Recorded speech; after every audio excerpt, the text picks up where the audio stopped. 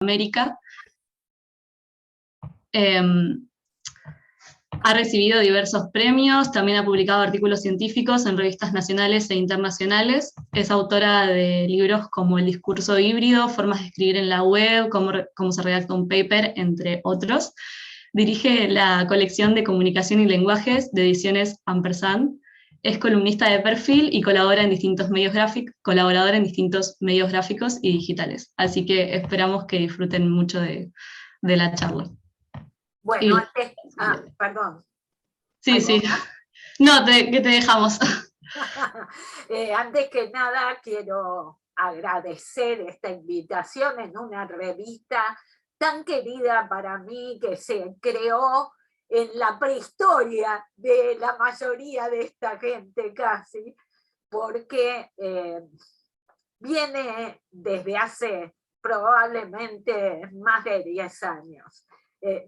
En principio de la época en que estaba aquí mi amigo Eliseo Verón. Lo segundo que quisiera decir es que para más de uno será raro esa señora que vieron en la foto, toda rubia, y esta señora que ven ahora, que ha cambiado el color de pelo, porque así cambian las cosas. Y finalmente quiero darles la bienvenida a esta charla y si me permiten voy a compartir pantalla.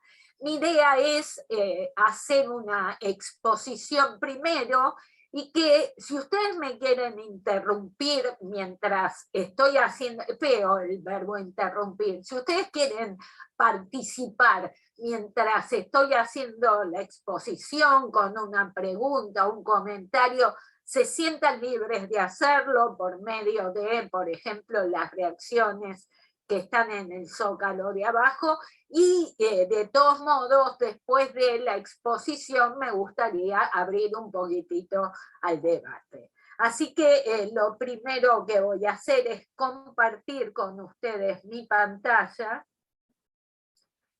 y, por supuesto, es un gusto, un placer, un honor, una alegría dar inicio a las charlas Newton. Para empezar, quiero confesar por qué empezó mi interés para estudiar con más profundidad el discurso en la pantalla, cómo se escribe en la pantalla. Empecé a encontrarme con fenómenos como este. Ustedes son muy jóvenes, no saben que hubo un jugador de fútbol que en algún llamado Perfumo, que en un momento se murió, y en la página de Perfil equivocaron tanto el título como el epígrafe en una foto en la que estaba Máxima Zorreguieta. También me encontré con títulos de un diario digital de la Argentina que por razones de diseño quedaba recortado en la homepage, en la página inicial, algo bastante extraño, digamos. Y también me encontré con que algunas empresas, incluso muy conocidas, cometen errores llamativos como estos. Fíjense, esta es la página de Johnny Walker, que en 2 líneas consecutivas trata a quien lee la página primero de usted y después de tú. Y ahí no terminan los errores, porque se trata de una página de la Argentina donde no hablamos de tú. Ni qué decir de este caso del Banco Ciudad, que se animó a escribir usted solo deberá comunicarte, es decir, un comportamiento absolutamente esquizofrénico para quien se enfrenta con la pantalla. Esto es lo que me movió a interesarme, en profundizar. Ya había estudiado un poquito el discurso digital, pero sí me movió a interesarme en profundizar estos temas. Básicamente lo que hay que tener en mente es que ustedes tan jóvenes lo tienen sin ninguna duda. Yo con ustedes tengo que hablar a la inversa. No tengo que hablar del tiempo que está en violeta, tengo que hablar con ustedes del tiempo que está en dorado. En el pasado, aunque ustedes no puedan imaginarlo, había un tiempo de oro para el consumo de medios, para el consumo de la información. El diario, en papel, claro, se leía a la mañana con el café con leche. Las noticias se consumían a la hora de la cena. Hoy esto cambió brutalmente. Las noticias, la información, la propuesta de consumo se consumen a lo largo del día, en los intersticios entre una actividad y otra. Me gusta decir, el semáforo rojo que nos detiene cuando vamos manejando, algo que no tendríamos que hacer. En la calle, mientras vamos caminando, y ojalá que no, cuando cruzamos, en la sala de espera, en los momentos en que recibimos una notificación y nuestra ansiedad puede más que nuestra contrición a la obligación.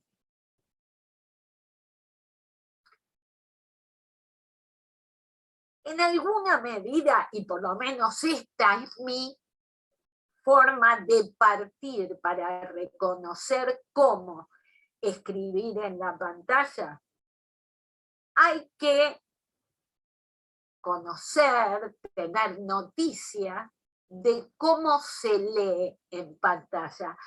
Algo que los especialistas, las especialistas en lectura en pantalla, vienen haciendo desde hace tiempo. La imagen que ustedes pueden ver acá es la de un aparato de eye track. Probablemente ya mucha gente que está en esta sala conoce esta imagen. Es muy parecido en la posición del, como se dice, informante, al aparato que se usa en oftalmología para hacer fondo de ojo. Este aparato permite relacionar el movimiento del ojo, la posición de la pupila, con el lugar específico del texto en pantalla. Esto es lo que permite el aparato de eye track. Y con este aparato se ha llegado a ciertas conclusiones acerca de cómo se lee en pantalla. En el año 2013, el Nielsen Norman Group, que es un grupo de expertos que asesora a empresas para armar estas páginas digitales, este grupo en 2013 hizo un estudio de eye track y llegó a la conclusión de que hay una especie de patrón general de lectura en pantalla que llamaron patrón NF, o un modelo de lectura que consiste en leer las primeras líneas, barrer un poquito hacia abajo por margen izquierdo, retomar más o menos en el centro y volver a margen izquierdo hacia el final. Pero quiero señalar que el mismo grupo en 2018 volvió a hacer el estudio y se encontró con que hay otros patrones de lectura disponibles. Este es un patrón de lectura que podríamos llamar en capas. Yo después me voy a enfocar más en este patrón para hablar de la escritura, pero pido que observen que estos circulitos son los sitios en los cuales se ha posado la pupila, se ha posado el ojo para leer, porque es importante saber que el ojo no hace un recorrido lineal, sino que se maneja a los saltos para leer el texto. Queda claro que no se lee cuando ocurre esto todo el texto. Por supuesto, existen textos que sí se leen de manera mucho más continuada, como es el caso de este texto particular. Esto último ocurre básicamente con la lectura por placer, que se puede dar tanto en la literatura como en la información que en algún sentido interesa particularmente. El modelo anterior, a ver si, este modelo, el modelo por capas, se corresponde más vale con una lectura que busca adquirir información más general.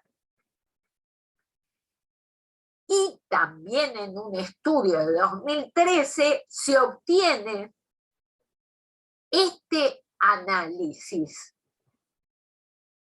de parte de todas las personas encuestadas, las que funcionan como informantes, dentro de una lectura que efectivamente realizan, no las personas que miran, por ejemplo, la página, sino la lectura que realizan. Observen, por favor, la diferencia que hay de porcentaje de personas que leen el primer párrafo y el cuarto. De 100 personas encuestadas, 81 leen el primer párrafo después de haber leído el título y solo 32 llegan a leer el cuarto párrafo.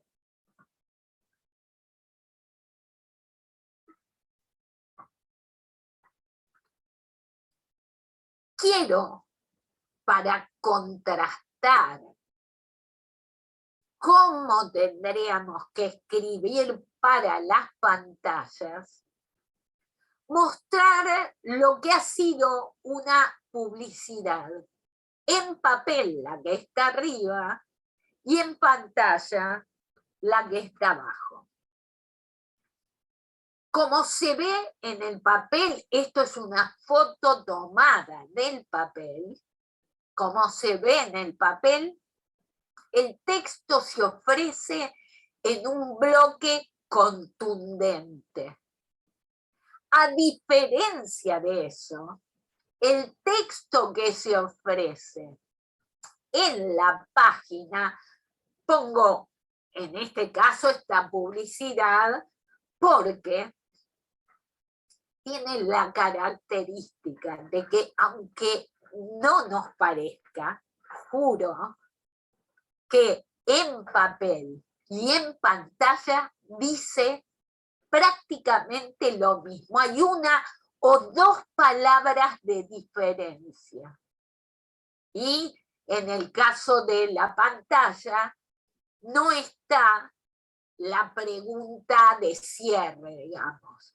Pero el bloque que aparece en el papel se reproduce en la pantalla respetando algunas de las características que vamos a proponer como propias, como necesarias, por lo menos por el momento, para la pantalla. ¿Cuáles son esas características? Para empezar, en lo que acuerdan todos y todas las investigadoras del tema, el texto en pantalla debería ser liviano, debería presentar información condensada que se puede ampliar por medio de lo que se llama hipertexto. La presentación de enlaces, sea como en el primer caso de una página empresarial por medio de un botón, sea como en el segundo caso, en una nota periodística por medio de un hipervínculo, lo que se debe hacer es entregar más información, siempre brindada desde la misma organización, es decir, no mandando a quien lee hacia fuera de la página, sino hacia dentro de la página, pero profundizando en detalles de esta manera y no en el texto central para descargar la pantalla que se tiene ante los ojos en cada momento. Por eso digo, primera característica consensuada por la investigación para la escritura en pantalla, el hipervínculo. La búsqueda de la evitación del escroleo. La búsqueda de satisfacer las distintas necesidades informativas por medio de textos diversos que están enlazados por hipervínculo. En segundo lugar, yo dije, hay características consensuadas. En segundo lugar, la característica de la multimedialidad. Todas las personas que estamos acá sabemos que solo texto escrito, salvo cuando estamos leyendo en papel, salvo cuando estamos leyendo por placer en una tablet, en un Kindle, salvo en esos casos, todas las personas que estamos en esta sala necesitamos algo de movimiento, sea un movimiento audiovisual, sea un movimiento oral, sea imágenes, sea aparición de otros códigos. Necesitamos redundar mínimamente por medio de otras modalidades. Y finalmente, tercera característica del discurso en la pantalla, se requiere la convocatoria, se requiere la captación de la actividad de quien lee en la pantalla. Algo usual, digamos, es la presentación de encuestas.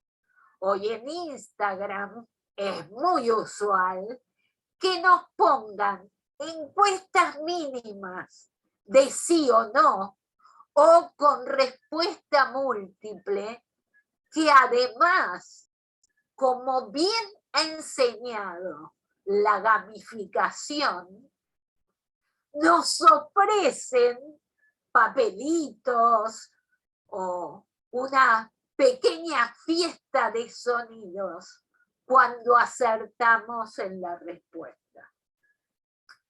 Hay una noción de captación de la voluntad y de gratificación de la acción de quien lee en la pantalla. Y esto es muy interesante porque el dato que debemos tener en cuenta en relación con el discurso en la pantalla es que quien lee está tironeado por estímulos múltiples, no solamente informativos. Quiero decir, no solo aparece la notificación de un cierto medio periodístico que nos presenta una nueva noticia. También aparece la notificación de las redes sociales y la notificación de los mensajes instantáneos, el WhatsApp. Todo el tiempo nos encontramos en tal tensión informativa que nuestra página debe recurrir a distintas estrategias para capturar la atención de quien lee. Es el motivo por el que voy a hablar de cómo conviene escribir en pantalla, por lo menos según nos muestra hasta ahora la investigación tanto académica como experta. En primer lugar, ¿cómo debería escribirse para la web? Hay que pensar, hay que planificar el texto. Planificarlo de modo tal que se jerarquice la información, que se condense y que se organice satisfactoriamente.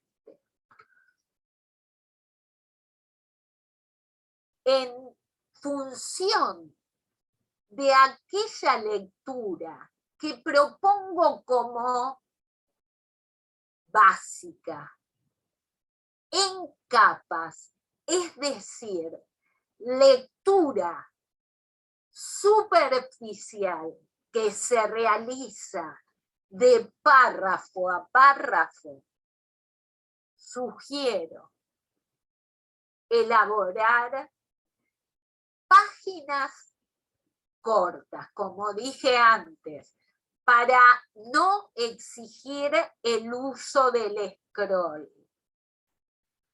Párrafos cortos. El ojo se ve atraído por el punto y aparte y el pasaje al nuevo párrafo.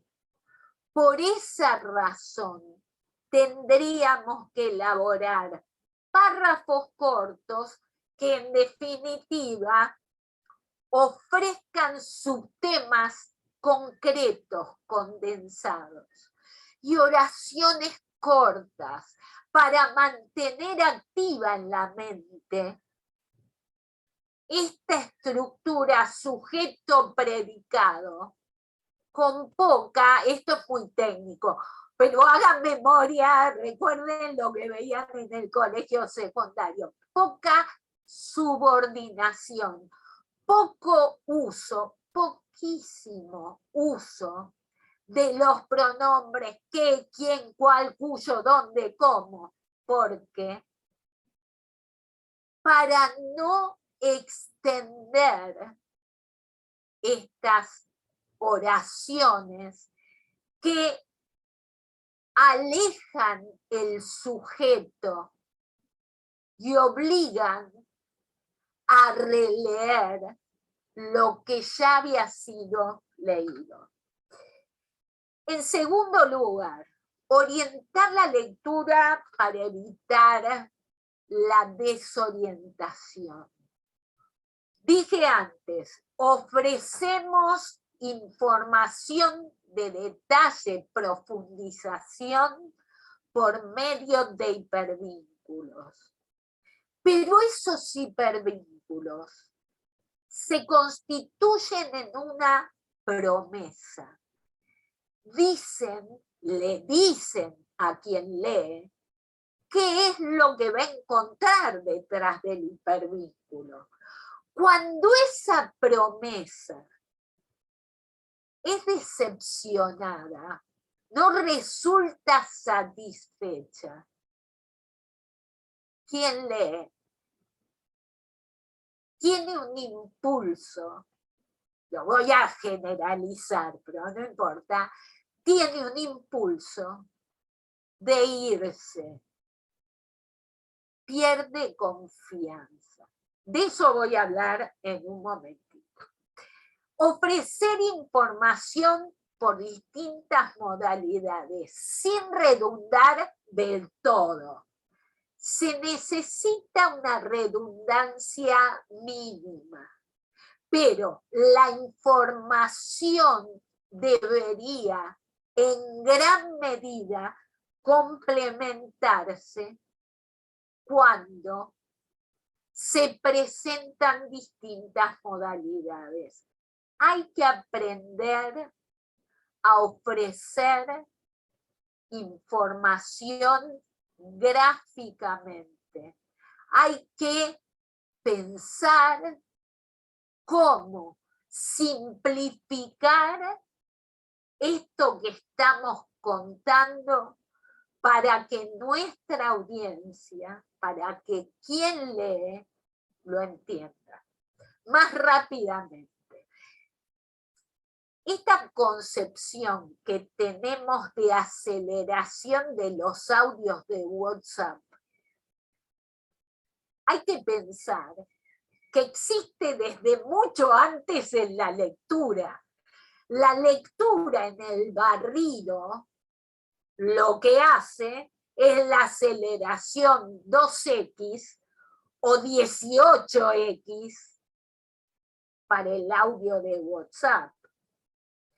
Pero en tanto constructores de este discurso para la pantalla, deberíamos satisfacer esa necesidad de información rápida presentando en otra modalidad una condensación de la información. Y hay que, como digo, enlazar la información secundaria con links internos, también para descargar el cuerpo principal y como ideas que se pueden sumar a este discurso central del que nos estamos ocupando.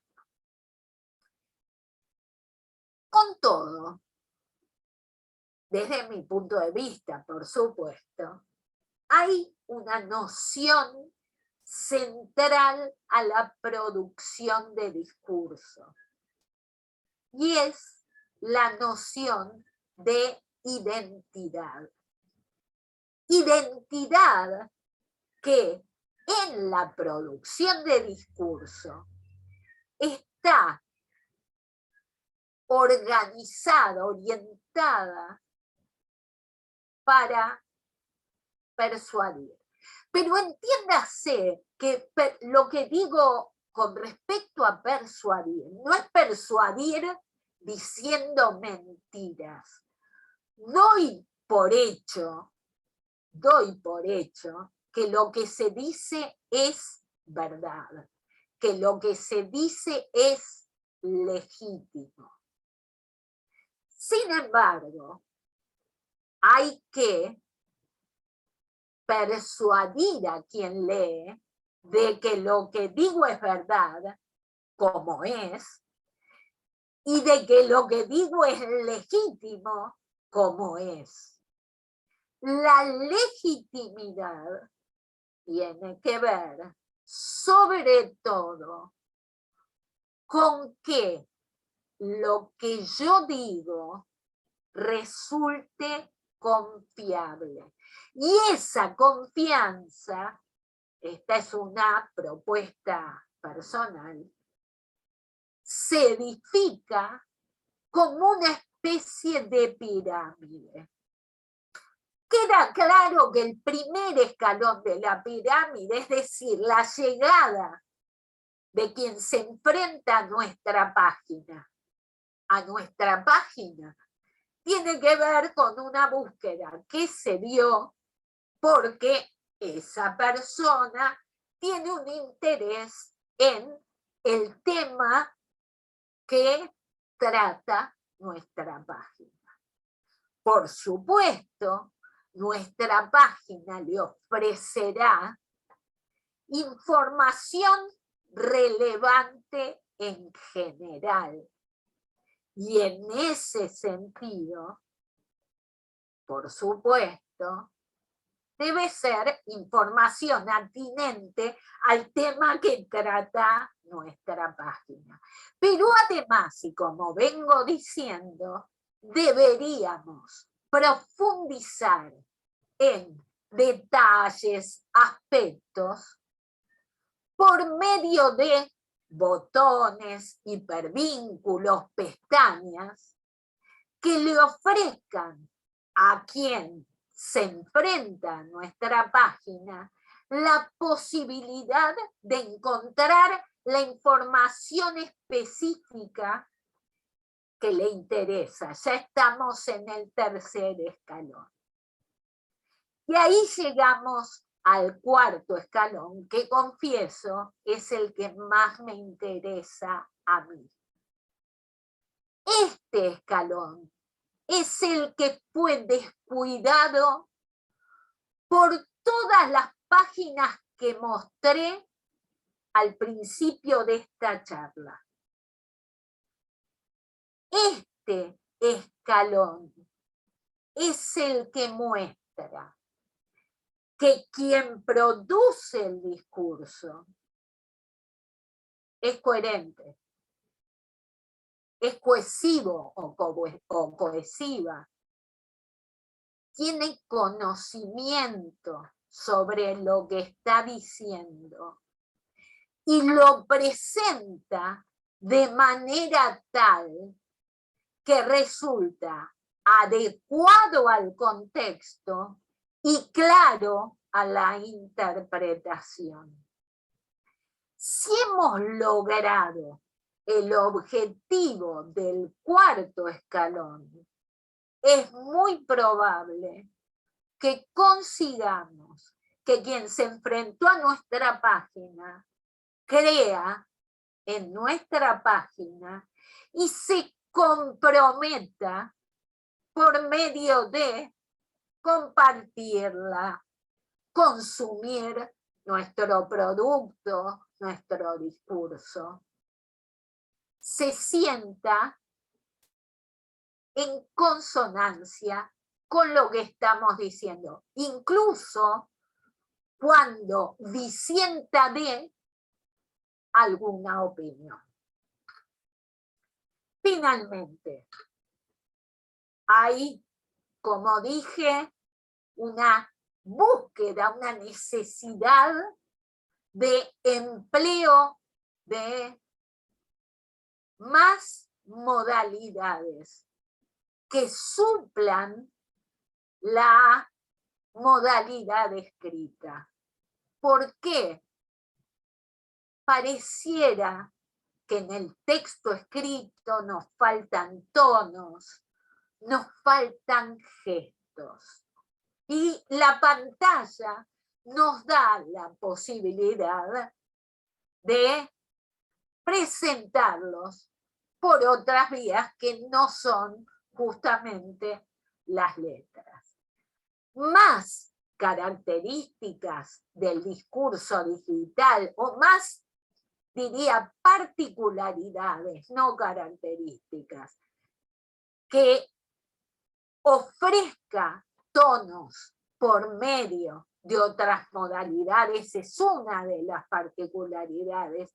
Otra particularidad, esto es un tuit bastante viejo, pero que representa muy bien, creo, lo que quiero expresar a continuación, que es que el discurso digital se da el permiso de ser lúdico, de jugar mucho más que el discurso en el papel. Observemos los hashtags del diario Crónica, que eran famosos. Ahora el diario Crónica no es así, pero no importa, me sirve para lo que quiero decir.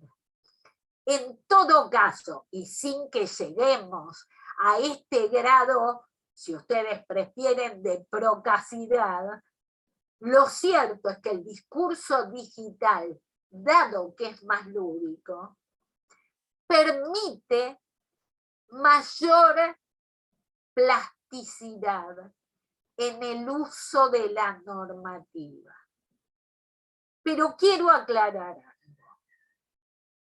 La plasticidad, la ductilidad en el uso de la normativa solo se puede dar cuando la normativa se conoce. Si la normativa no se conoce, no hay ductilidad, hay errores, que es algo diferente.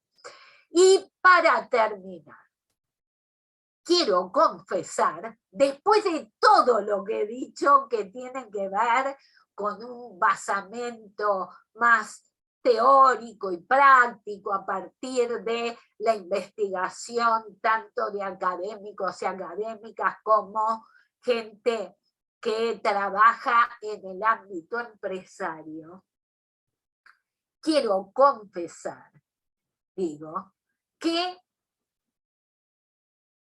se suele decir que los títulos, que los textos centrales de cualquier página, no solo de medios, como aparece acá, y esto me permite hacer una buena comparación, por eso elegí un medio, también, repito, es una imagen y una nota vieja que no puedo encontrar más en internet. Quiero aclararlo desde ya. Digo, toda la investigación parece propender a que este es el modo más satisfactorio de presentar la información, completa y condensada. Acá sabemos dónde, quiénes, qué y por qué prácticamente. Sin embargo, todas las encuestas informales que hice me dicen que este otro modo de presentar la información, convocando el interés de quien se enfrenta a nuestra pantalla, parece en definitiva más convocante, más invocante. En cualquier caso, sugiero experimentar, porque el fenómeno del discurso en la pantalla está en constante movimiento. Y siempre convendría reservar un pequeño espacio para la experimentación en nuestra propia página. Esto es todo. Agradezco a todo el mundo, no puse un sticker ni un meme, elegí un emoji y dejo de compartir para que ustedes me hagan las preguntas que quieran, las que pueda, las voy a responder sin dudas.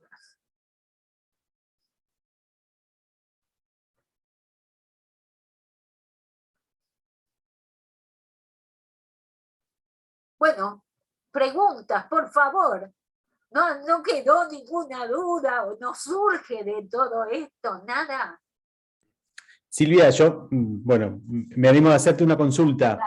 Dado que habías hecho referencia al tema de la edad de las personas que están en esta sala, que son muchísimo más jóvenes, nosotros ya tenemos un recorrido, vamos a decirlo así, me preguntaba si esos estudios que vos mencionabas respecto de cómo es la lectura, esos patrones, afectan también la edad de las personas, ¿no? Por la tradición que podemos tener de la lectura completa de un texto, y cuando vamos a la pantalla, los que tenemos cierta experiencia, tratamos de traducir de esa manera, o esos estudios son independientes de la edad. No, no son independientes de la edad hacia futuro, Alfredo. Porque toda la gente que está en esta sala, aunque hayan nacido en este siglo, la verdad es que leen mucho en papel. Y aunque a vos te pueda parecer mentira, salvo que me mientan, algunas de estas personas jovencísimas se imprimen lo que tienen que leer para estudiar.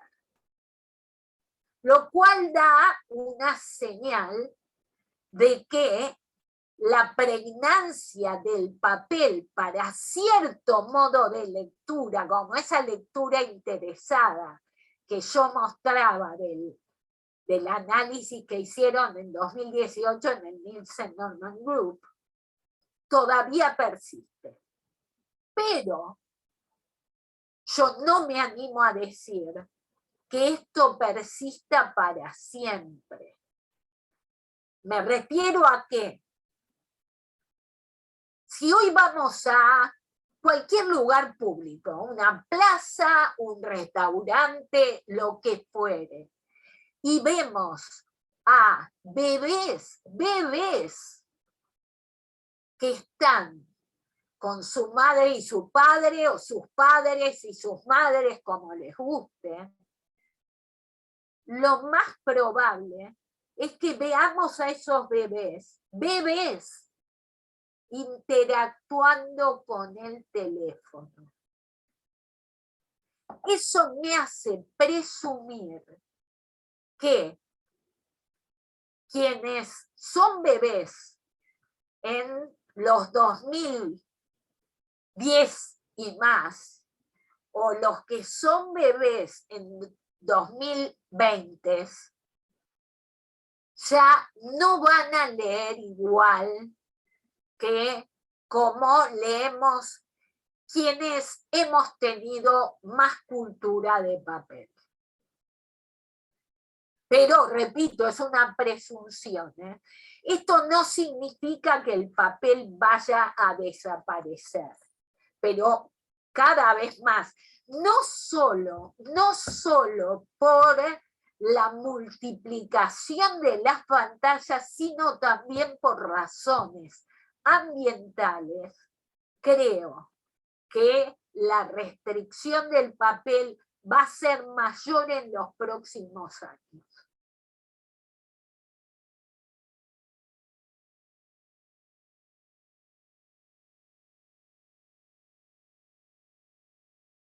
¿No hay más preguntas? Dale. Silvia, más que pregunta, bueno, sí, creo que es un poco una pregunta, pero pensando en esto de la necesidad de inmediatez en la lectura, sobre todo en la gente joven, me quedé pensando en los sitios web, que tal vez son menos consultados hoy en día, y tal vez la gente directamente lee a través de las redes sociales, como Instagram o Twitter, prefiere ese tipo de consumo.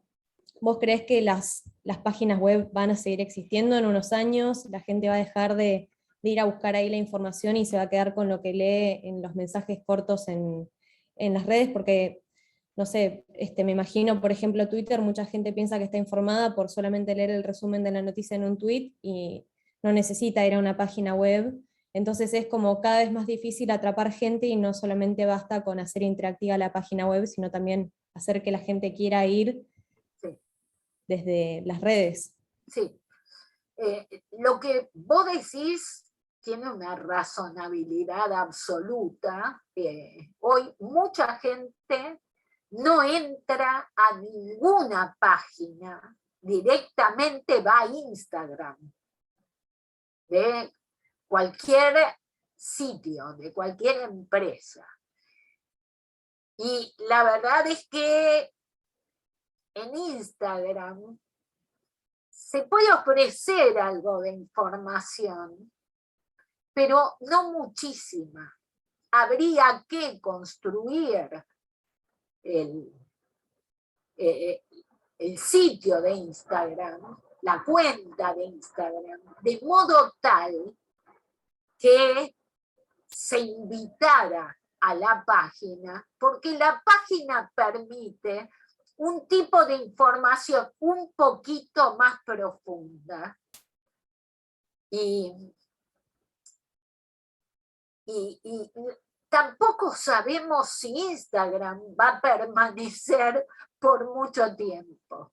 De hecho, este es el problema que plantean las redes sociales, que es, por lo menos esto es lo que yo interpreto, una obsolescencia muy, muy temprana.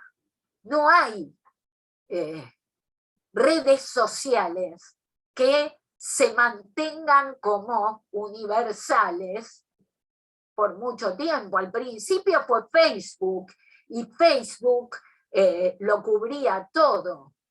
Twitter siempre fue un poquito una red social más de nicho, digamos, ¿no? Pero Facebook ya fue reemplazada por Instagram. ¿Qué es lo que va a reemplazar a Instagram? Por ahí no lo sabemos, pero puede pasar que en poco tiempo más aparezca alguna otra red. Tampoco sé si esto va a ser así, pero sí creo que hay poco espacio en la red social para ofrecer una información que convenza un poco más acerca, por ejemplo, de un consumo más importante que una cena, para decirlo rápidamente, ¿no? Si uno tiene que comprar no sé, un objeto, un dispositivo, bueno, sí, en Instagram tengo rápidamente la información, pero quizá la página me puede ofrecer más datos y el Instagram tendría que orientarme hacia la página.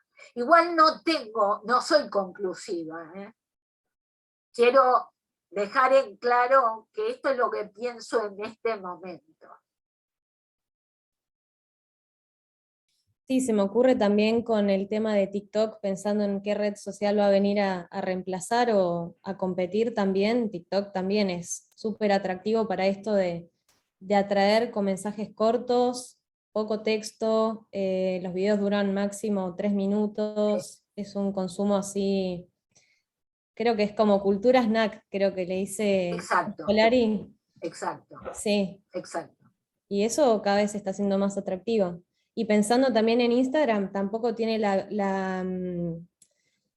no te da la posibilidad de agregar links a los posteos, entonces todavía más difícil hacer que la gente vaya al sitio web. Tenés que publicarlo en la bio del en la bio, claro, claro, claro. Sí, indudablemente, TikTok te sirve para divertirte, para construir imagen, pero no para informar acerca de un producto, de un servicio, digamos, es por lo menos desde mi perspectiva, es un poco banal para construir credibilidad y lo que en marketing se llama fidelidad.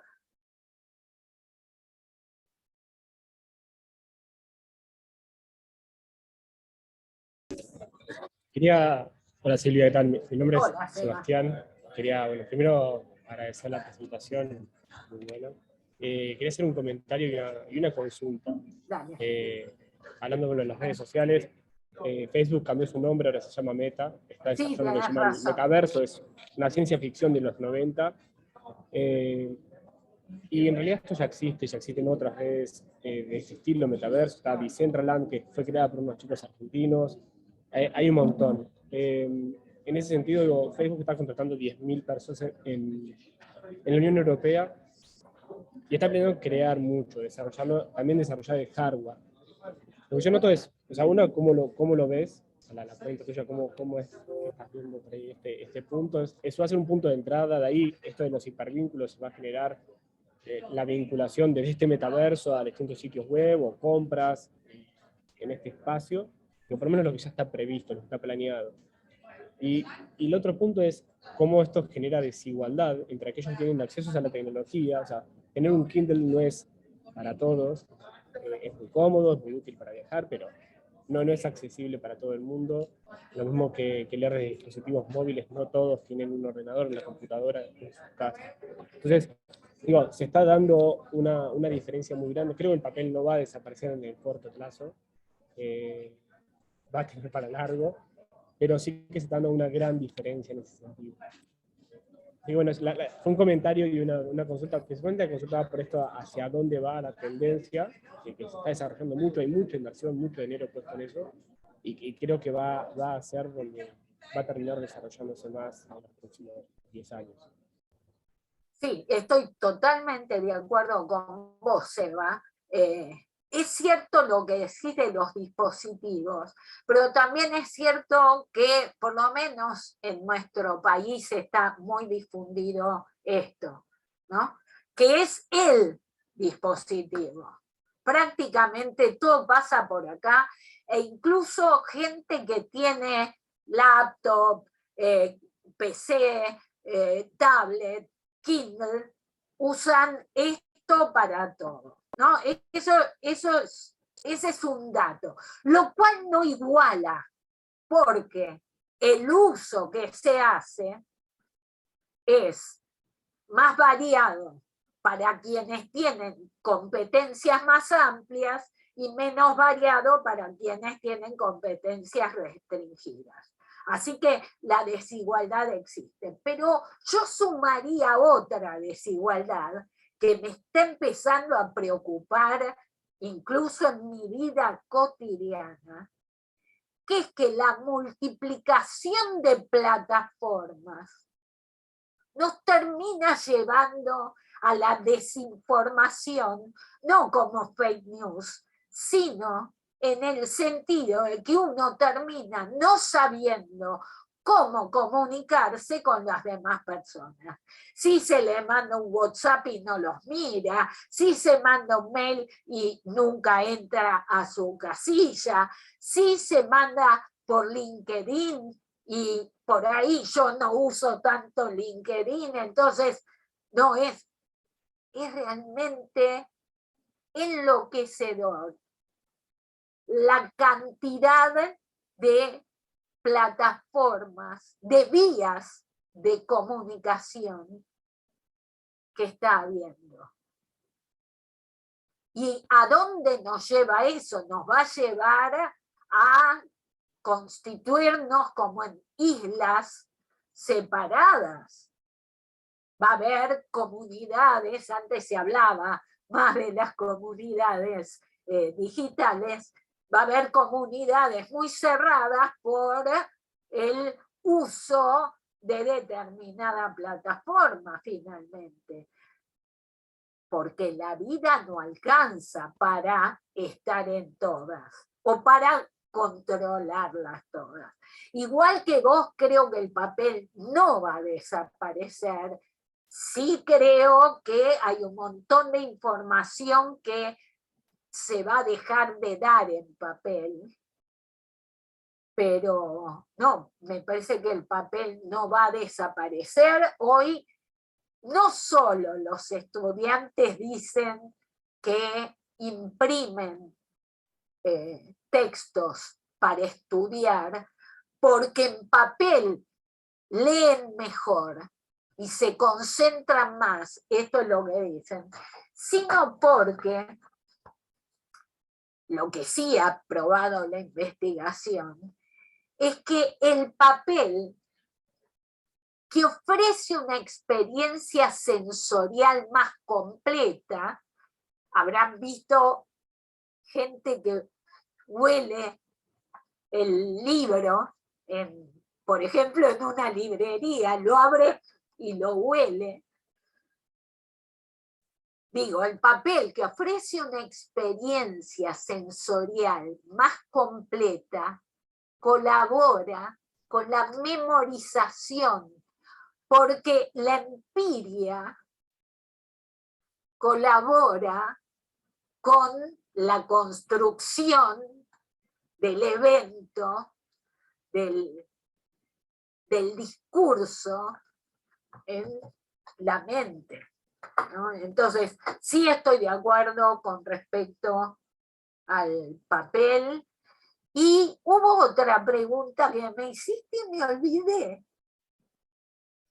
¿Cómo ves esto del rol de la escritura en este metaverso? Digo, donde va, digo, la realidad aumentada, digo, va a ser un punto, digo, donde la escritura va a cobrar un rol. Toda la gente que está trabajando con UX Writing ya está como que mirando para ese lado a ver cómo se va a desarrollar, o sea, cómo se van a establecer los criterios, digo, de escritura, cómo va a ser la forma de llegar. Mira, hay un fenómeno que estoy tratando de, a ver qué palabra puedo decir que sea apropiada, que estoy tratando de investigar, digamos así, de explorar, que es el modo en que los algoritmos producen escritura. Las personas que usamos email, vemos que el email nos ofrece palabras que terminan induciéndonos a escribir lo que quiere el algoritmo y no lo que queremos por ahí, quienes estamos escribiendo. Si esto va a copar la parada y vamos a terminar empezando un texto y terminándolo con el algoritmo, puede ser. Cada vez me parece más que vamos hacia ese lugar. No solo por el predictivo, ¿no? Que el predictivo existe desde hace un montón de tiempo en los celulares, sino por esta escritura, digamos, ofrecida por el algoritmo, que aprendió a escribir no solo de cantidades increíbles de textos de otros, sino sobre todo de textos propios. Es decir, el algoritmo... Hay un capítulo de Black Mirror en el cual hay una pareja y una pareja de una chica y un muchacho, y el muchacho muere. La chica quiere revivirlo y entonces lo que hace es pedirle a una empresa que le fabrique un muñeco idéntico a su novio.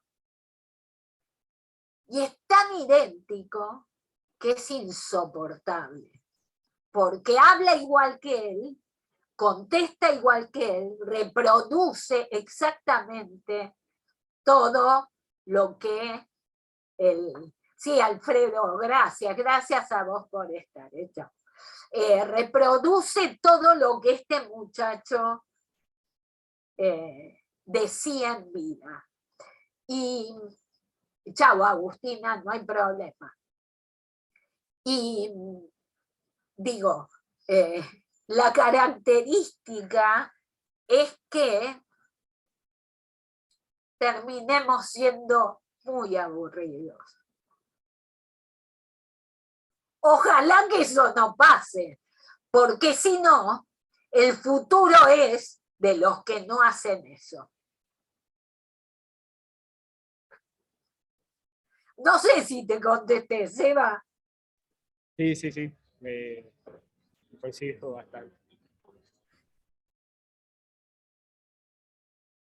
Bueno, no sé si Gracias. tienen, por favor, gracias a vos. No sé si tienen algún comentario, alguna pregunta.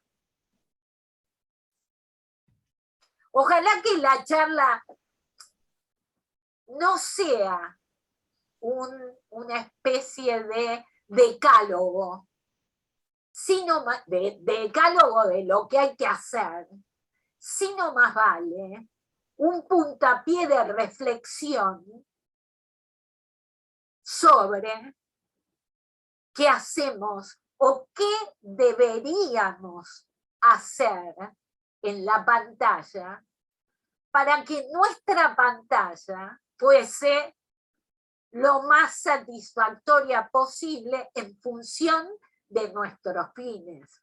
Digamos, ese es el objetivo de la charla, aunque para mis estudiantes, por supuesto, puede servir como decálogo, porque en el examen final van a querer reproducir esto. Pero la verdad es que